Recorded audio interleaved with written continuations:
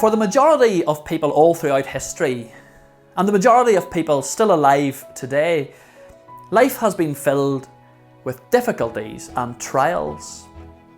There is what looks and feels like brokenness all around us.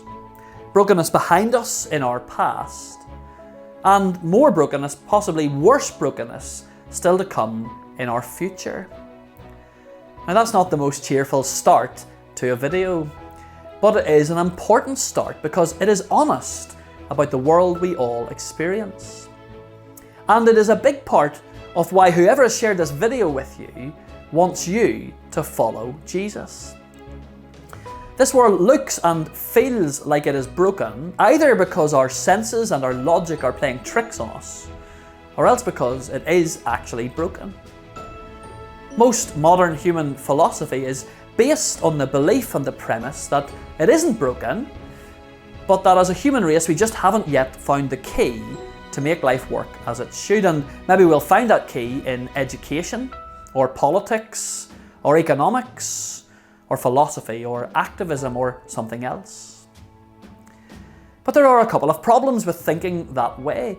An intellectual problem with it is that there's a high degree of arrogance needed to look back on thousands of years of human history, and to look back on all the great thinkers that have come before us, and to somehow imagine that, well, we are advanced enough to be able to solve the problems.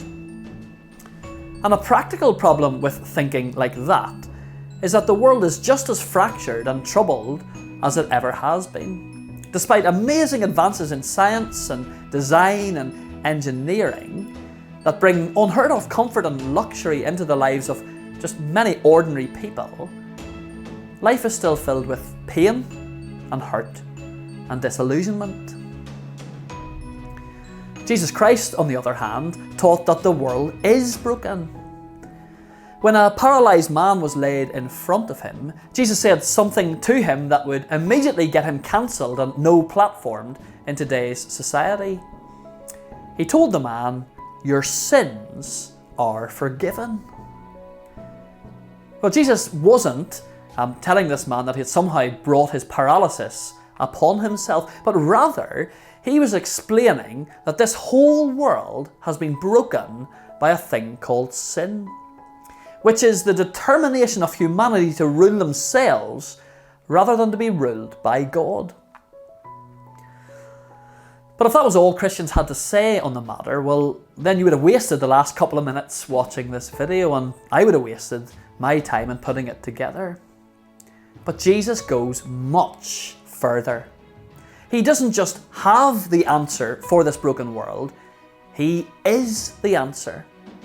Before Jesus was arrested and falsely accused, condemned and then put to death to deal with sin, Jesus said this to his followers: "In this world you will have trouble, but take heart, I have overcome the world." Jesus himself is saying that he is the answer to our brokenness. And whoever shared this video with you wants you to choose between taking the word of philosophers or politicians, educators, economists, activists, anyone else, or taking the word of Jesus. Who is worth staking your life on?